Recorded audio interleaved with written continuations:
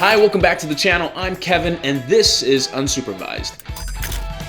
Meat substitutes have been all the rage these days, from Beyond Meat's latest IPO to Impossible Foods injecting themselves into fast food chains. Everyone has been adjusting to this new category of food. Plant-based meats have always been a thing, but never this popular. It could be that they just don't taste that great, or simply because they all look like a mushed up pile of beans. Regardless of what it used to be, it is no more. They've stepped up their game, driving headlines and making sales. I bet if I blindfolded you, you wouldn't even be able to taste the difference between Beyond Meat and real meat. I mean, just look at these photos. They're so convincing. Even Subway is upgrading their meat from 50% fake meat to 100% fake meat. You better watch out, Taco Bell. So it got me thinking, if we aren't eating meat, what exactly are we eating? Are we eating cotton? Wood? Other questions like, is it safe to eat? Or how do they make it look so much like meat? And the most important question of all, can we make this at home? Before we try to make this Franken meat ourselves, I like to give the real deal a try first. They're carrying this stuff at most local supermarkets now, and they actually have more variety than I previously thought. A lot of which is usually near the meat section, but I did find some in the frozen section as well. I do wonder if they all taste the same,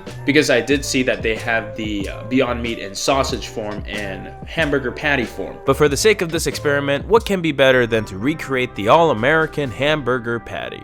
This packaging kind of reminds me of how they package real meat. Look at this.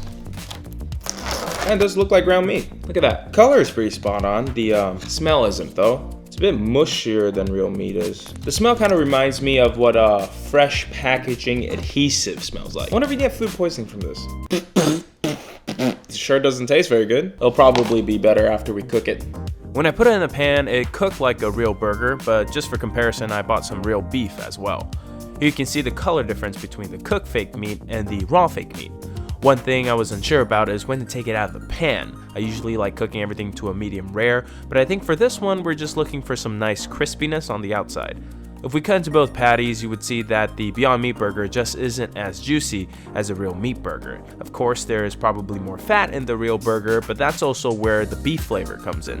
So I do wonder how much like beef this will taste like. It doesn't taste too bad, other than that weird off taste you get at the end. All right, let's try the real burger. Yeah, there's no question that it's meat.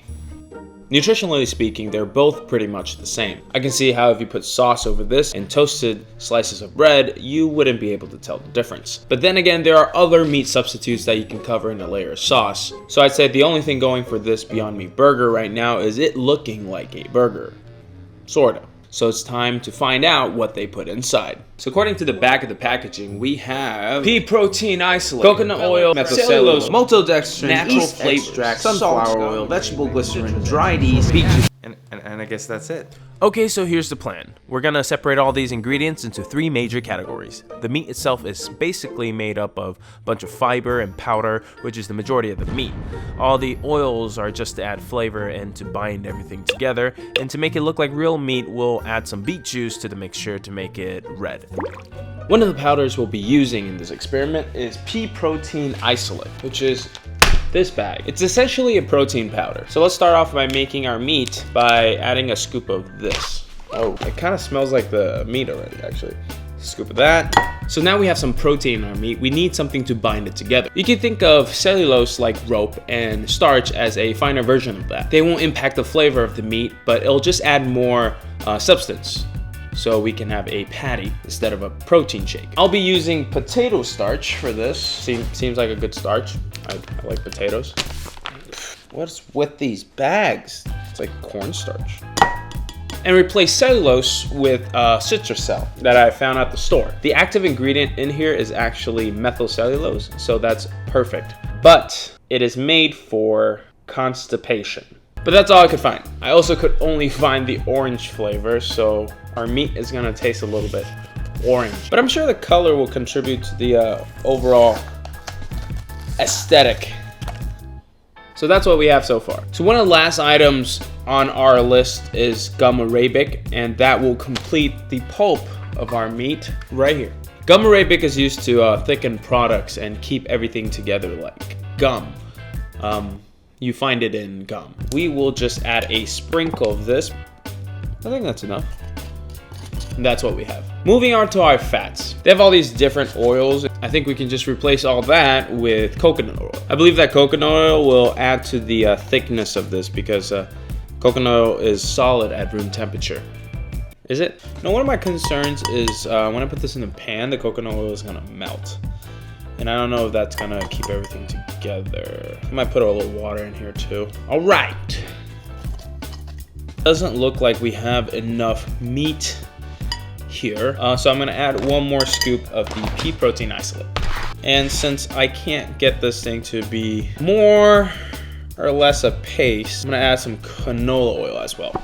I only have peanut oil left, but that's fine. A little bit. It's forming sort of a pie crust consistency right now, which is more or less what we want, really.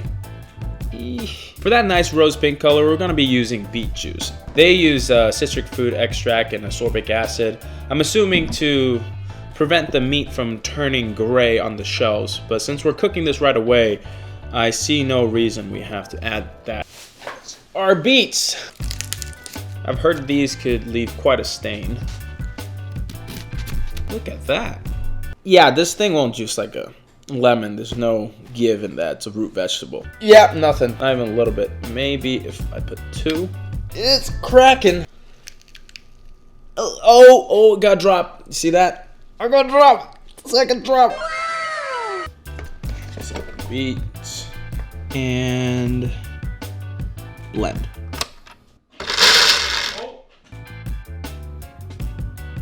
Oh, come on. It's still kind of dry. I'm tempted to add some water into here. I'm trying to figure out how to activate the gum arabic. It does say add a little bit of water just to get things going. I can already tell the color's not exactly where I want it to be. It smells kind of just like dry peanut butter. Have you ever seen dry peanut butter? Ooh. Look. It looks like ground meat. That looks on point. Beet water. Look at that. I'm actually quite surprised on how this turned out. Look at that. Tell me that doesn't look like ground beef. We good, boys. It's kind of fun. Has this nice like ASMR thing going for it, like the. So I think we're good here. This is the final mixture we have, and from here on out, all we have to do is to make this into the shape of a meat patty, and we can cook it up. Feels a little too fine. Really? You look at that. It's like Play-Doh. I'm super proud of this. Now we have ourselves a patty. I'm gonna put this in the freezer for a couple minutes so it can harden up. But after that, we can throw it in the pan and see how it holds up. Just to show you the difference, here we have the patty we made, the Beyond Meat, and the real meat. After taking it out of the freezer and throwing it in a pan, the whole patty held together better than I expected. It sorta had the consistency of Spam, just a bit denser than the fake meat we bought at the store. I'm attributing that to the fineness of the powder we used. After getting some nice color on the outside, I took it out, and this is what we got. Okay. It's not, aside from the tears, it's not as bad. It kind of tastes like orange. It's hard to get down. It doesn't taste worse than the Beyond Meat burger, but it doesn't taste that great either. To really taste the orange. The ultimate question here though is, can you make it at home? And the answer is yes, you can. Would you though? Now that's a question for you to answer.